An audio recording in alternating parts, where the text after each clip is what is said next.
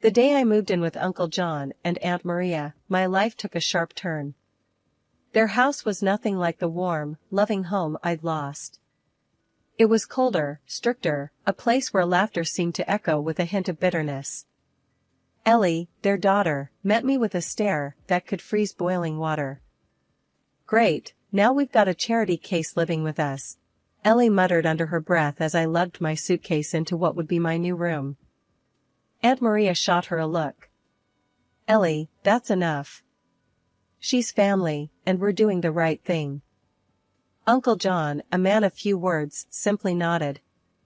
"You'll follow our rules here, Ruth. We expect you to contribute like everyone else." I nodded, too overwhelmed to speak. I was just 11, trying to find my footing in a world that had suddenly turned upside down after my parents died in a car accident. The first few days were a blur of new rules and chores. Ellie made sure to remind me of my place at every turn. "Why are you even here? You're not really one of us," she sneered one day as we washed dishes. "Just a little orphan girl living off our charity." I clenched my jaw, focusing on the soapy water. "I'm here because your parents took me in," I replied, trying to keep my voice steady. "Yeah, and don't you forget it. You owe us," Ellie snapped back, splashing water in my direction. The nights were the hardest. I'd lie in bed, listening to the silence of the house, missing my parents more than ever. Tears were my only solace, but I never let Ellie or her parents hear me cry. I made a silent vow to myself, I would endure, no matter what. Helping with the housework became my escape. Aunt Maria was particular about how things were done, and I learned quickly to avoid her criticism. "You call this clean?" she'd often scold, pointing at a spot I'd missed on the floor. "Sorry, Aunt Maria. I'll do it again," I'd say, grabbing the mop and going over the spot until she was satisfied. Uncle John was a stern man, his words sparing but sharp. "We're not running a hotel here, Ruth. Pull your weight," he'd remind me, even though I was already doing more chores than Ellie. Ellie, for her part, never missed a chance to make my life harder. She'd hide my sewing supplies, knowing how much I loved to sew, then feign innocence when I couldn't find them. "Looking for these?" she'd taunt, holding my scissors just out of reach. "Maybe if you're nice to me, I'll give them back." But I never retaliated.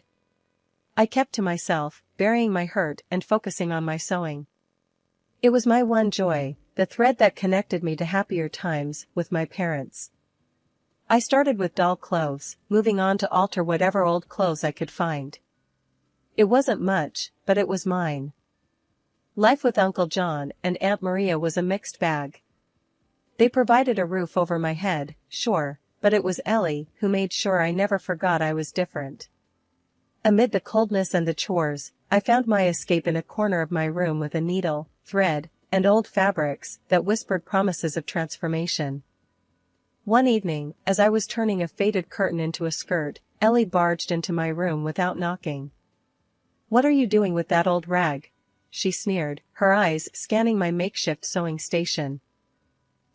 "Just making something new," I replied, keeping my focus on the fabric under my hands. I wasn't about to let her see how much her words stung. Ellie laughed, a harsh sound that filled the small space. "You think you're some kind of designer? Please. You'll always be wearing hand-me-downs and trash." I bit back a retort, choosing silence over fueling the fire. She shook her head, smirking, and left, leaving a trail of scorn in her wake. The next day at school, I wore the skirt. It wasn't perfect, but it was mine. I paired it with a simple top I'd altered, feeling a mix of pride and nervousness. That's when Kelly, a girl from my class, noticed. "Hey, Ruth, that's a cool skirt. Did you get that downtown?" she asked, eyeing the pattern with genuine interest. I hesitated, then decided on the truth. "No, I made it myself." "Seriously? That's awesome. You've got talent," Kelly said, her words a balm to the sting of Ellie's mockery. Encouraged by Kelly's reaction, I started spending every spare moment sewing. My room became a sanctuary filled with fabric scraps and dreams stitched into reality. Each piece I created was a step away from the identity Ellie and her parents imposed on me. One Saturday, as I was cutting into a dress that Aunt Maria had declared too old, Uncle John walked in. "What's all this?" he grumbled, surveying the mess of fabrics and patterns scattered around. "I'm making something new to wear," I said, trying to keep my voice steady under his scrutiny. He picked up a piece of fabric, twisting it in his hands. "Seems like a waste of time. You should focus on your chores, not play dress-up." His words were like a slap, dismissing not just my passion, but my efforts to rise above my circumstances. "It's not a waste," I muttered, but he was already walking away, uninterested in my defense. Despite their disdain, I couldn't stop. Sewing became more than a hobby, it was my rebellion, my claim to an identity they couldn't touch. Each stitch was a word in the narrative I was writing for myself, one where I wasn't just the orphaned niece, but Ruth, the girl who could create beauty from neglect. Things took a sharp turn after I hit 18. Ellie got herself a shiny new car for her birthday, a sleek thing that made my heart sink every time it roared to life. Meanwhile, Uncle John and Aunt Maria suddenly upgraded their lives with fancy gadgets and furniture that seemed out of place in our modest home. It was clear they were living it up, while I was left figuring out how to stretch every penny. One day, as I was mulling over the idea of getting a job post-high school, Aunt Maria dropped a bombshell. "Your parents left you some money for college," she said nonchalantly, as if mentioning the weather. I was stunned. "Really? I had no idea." "Yeah, but there's a catch," Uncle John chimed in, his tone sharp. "You're staying local for college. It's safer, and we can keep an eye on you." My dream of leaving for a big city to study fashion design crumbled. But "No buts," Aunt Maria cut me off. "We've decided. You can thank us later." I swallowed my protests. Arguing was pointless. So, I enrolled in the local college, my dreams of fashion design barely hanging by a thread. Needing to support myself and save for the future, I landed a job as an assistant secretary at a law office nearby. It wasn't glamorous, but it paid the bills. "Look at you, all grown up and working," Ellie sneered one evening as I was sketching designs. "Still playing dress-up, I see." "Better than playing spoiled brat," I retorted without looking up. My patience with her was wearing thin. She huffed, clearly annoyed, and stormed out. I couldn't help but smile a little. For once, I had the last word. Despite the setbacks, I didn't give up on fashion. Every evening, after work and classes, I'd dive into my world of sketches and fabrics, transforming Ellie's discarded clothes into pieces that felt like me. It was my rebellion, my way of holding on to the dream, even if it was stitched together from the leftovers of someone else's life. Working late again, Ruth, my coworker, Mike, asked one evening as he passed by my desk. "Yeah, got a project I'm passionate about," I replied, packing up my sketches discreetly. "Must be nice, having something you love doing," he said, a hint of envy in his voice. "It is," I admitted, feeling a surge of pride. "It's not much, but it's mine." Walking home that night, I felt a mix of emotions. Frustration, for sure, at the way my life was hemmed in by my guardian's decisions. But also determination. I might have been forced to stay local, but I wasn't going to let that define me or my future. The more time passed, the more I started to feel like I was living in a house of cards, about to crumble at any moment. Uncle John and Aunt Maria, who once lived as modestly as monks, were suddenly splurging like lottery winners. First, it was Aunt Maria flaunting a fur coat so pricey, it could have fed us for months. Then, Uncle John brought home a TV so big, you'd think we were running a cinema out of our living room. And Ellie, who never lifted a finger for work or study, was now flashing gadgets I'd only seen in glossy magazine ads. It didn't add up. I wasn't a genius at math, but even I knew our household budget couldn't magically stretch to cover luxury splurges. They were being dodgy about where all this cash was coming from, and it set my nerves on edge. One evening at dinner, with the new TV blaring some reality show in the background, I decided to poke the bear. "So, where's all this new stuff coming from?" "Last I checked, we weren't hitting the jackpot every week," I said, trying to keep my voice light, but my words came out sharper than I intended. Aunt Maria shot me a look, her eyes narrowing. "That's none of your business, young lady," she snapped, her tone icy. Uncle John, caught off guard, almost choked on his food. Coughing, he managed to say, "Well, I got a promotion at work." "Yeah, that's it. A big one." "Promotion, huh?" I pressed, not buying it for a second. Must have been one heck of a jump to start throwing money around like this. Ellie, sensing tension, quickly chimed in with her usual snark. "What's it to you, Ruth? Jealous much? Not all of us need to scrape by, you know." I clenched my fists under the table, feeling a mix of anger and confusion. "Just curious is all." Seems weird, doesn't it? Suddenly living like kings out of nowhere. The room went silent, the only sound coming from the TV's chatter. Uncle John and Aunt Maria exchanged glances, a silent conversation passing between them. Finally, Uncle John cleared his throat. "Let's just say we've been careful with our savings, all right? No need to worry your little head about it." "Careful with savings?" "Right." I knew something was off. The dots weren't connecting, and their answers were as flimsy as a house of cards in a windstorm. That night, as I lay in bed, the pieces of the puzzle nagged at me. The fur coat, the TV, Ellie's gadgets, and the documents. Those endless documents they had me sign, always with the excuse that it was for benefits or some other vague reason. I trusted them, never bothering to read what I was signing. But lying there, it hit me like a ton of bricks. Could those signatures of mine be the source of their sudden wealth? The deception swirling around my guardian's sudden wealth weighed heavily on me, but amidst the chaos, a sliver of light shone through. Tom. He worked part-time at the law office, a law student with a sharp mind and a kind heart. Our connection was immediate, a bond formed over shared dreams and the mundane realities of office life. One afternoon, while organizing files, our hands brushed, sending a jolt of electricity through me. We locked eyes, and he smiled. "Ruth, you ever think about escaping this place?" he asked, his voice low. "All the time," I admitted, feeling a flush of warmth. "But it feels like I'm stuck in quicksand." He nodded, understanding. "Well, if you ever need a partner in crime, you know where to find me." It was a joke, but it sparked something between us, a flicker of rebellion against the constraints of our lives. Our secret rendezvous became the highlight of my days, stolen moments filled with laughter and dreams. But as our connection deepened, Aunt Maria grew suspicious.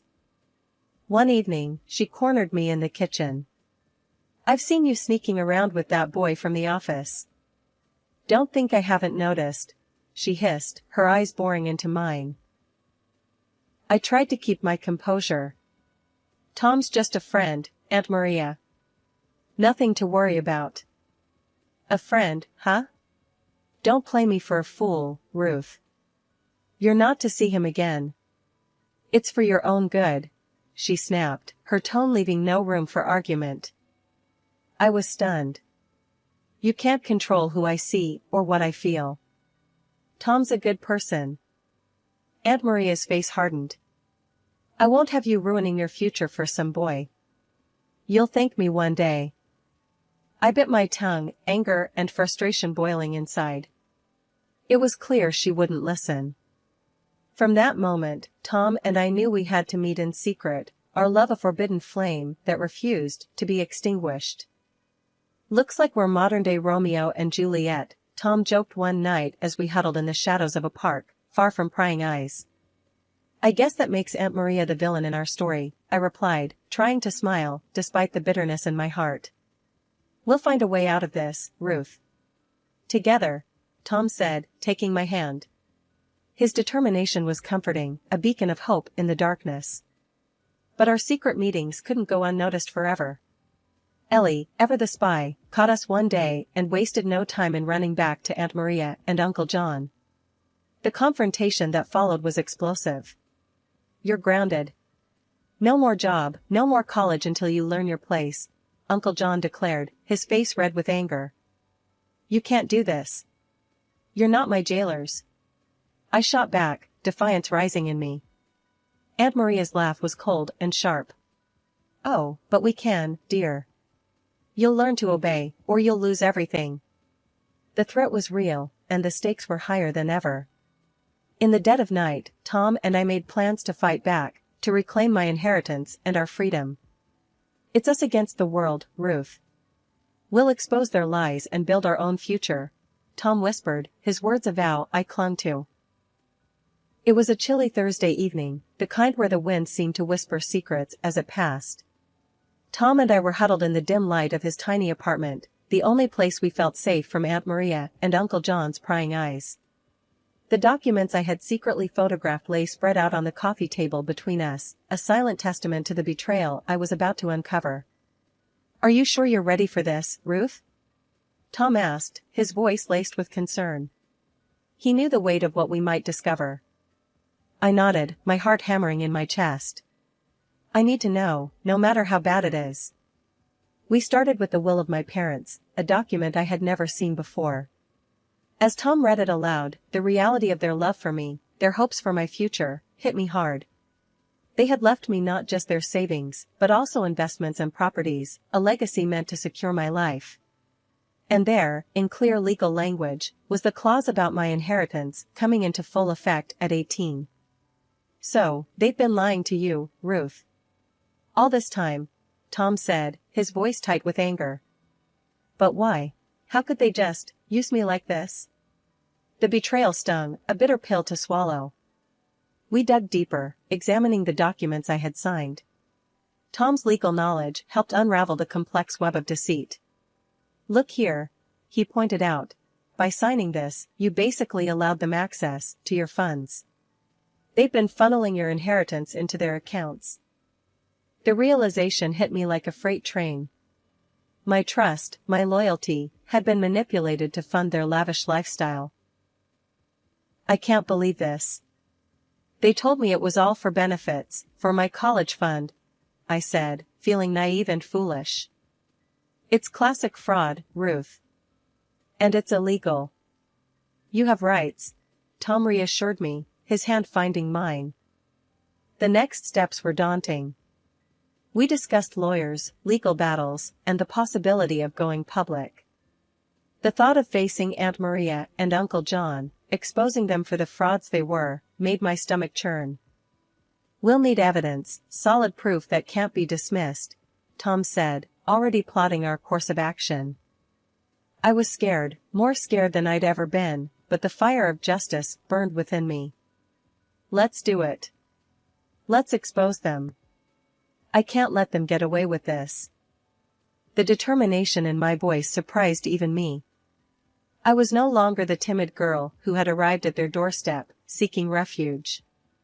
I was a woman wronged, ready to claim what was rightfully mine. The plan was set. We would gather more evidence, consult with a lawyer Tom knew, and build a case that would stand up in court.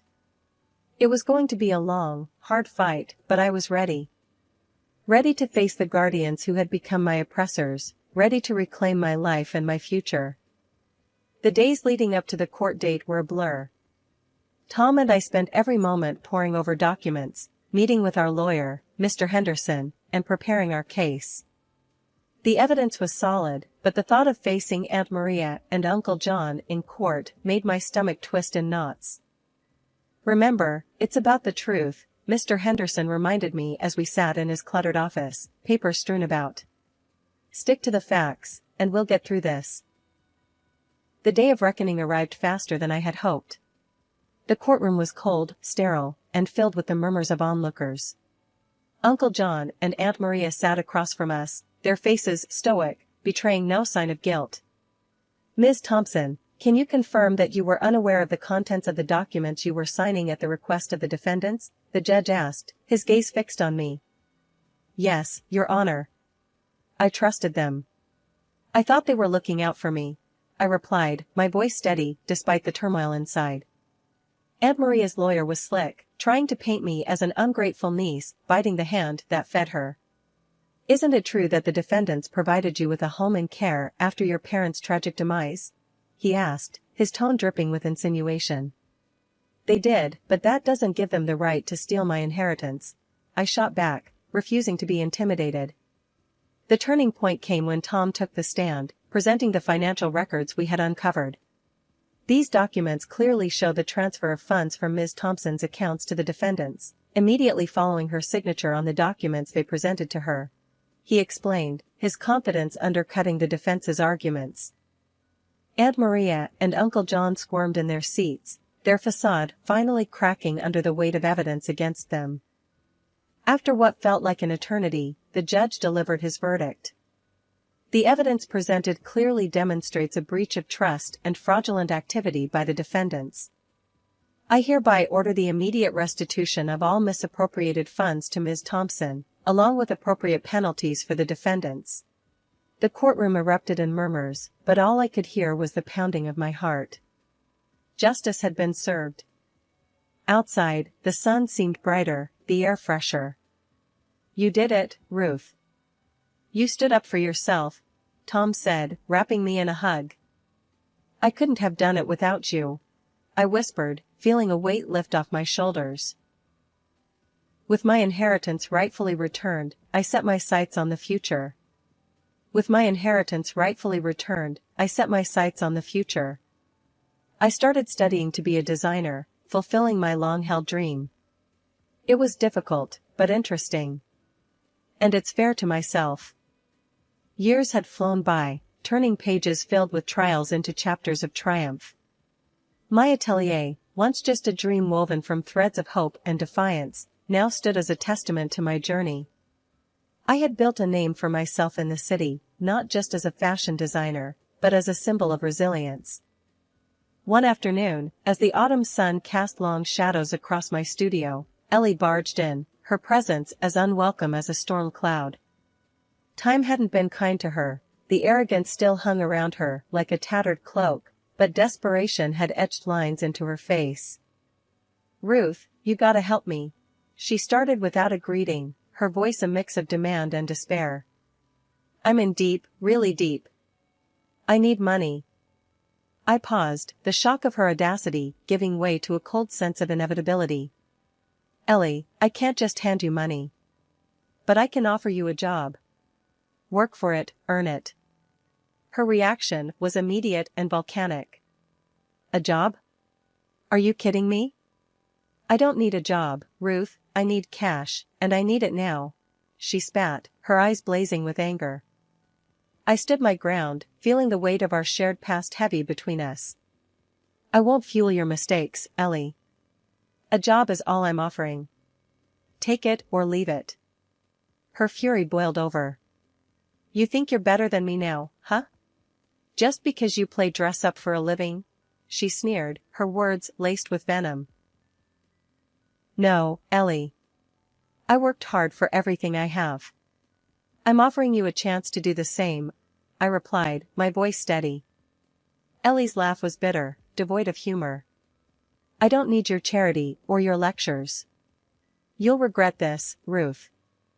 As she stormed out, I felt a wave of sadness for what we both had lost, but also a deep, unshakable conviction in my choices. I had learned the hard way that no one could save you if you weren't willing to save yourself. Weeks later, news trickled down to me that Aunt Maria and Uncle John's house had been sold off to cover debts. Ellie had vanished, chasing after windfalls that would never come. The cycle of choices and consequences had come full circle.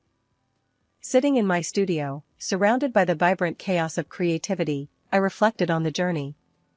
From the ashes of a broken past, I had carved out a space where dreams took shape, where resilience was the fabric of success. Tom, now my husband and partner in every sense, placed a supportive hand on my shoulder. You okay? I smiled, leaning into his strength. Yeah, I am. It's just, life's funny, isn't it? How it all turns out. He squeezed my shoulder gently. It's not just life, Ruth. It's you. You made this happen. You turned the odds into your masterpiece. As the sun dipped below the horizon, casting a golden glow over the city, I realized he was right. This wasn't just a new chapter, it was a whole new book, one where the pages were filled with the colors of hard-won joy and the quiet strength of redemption,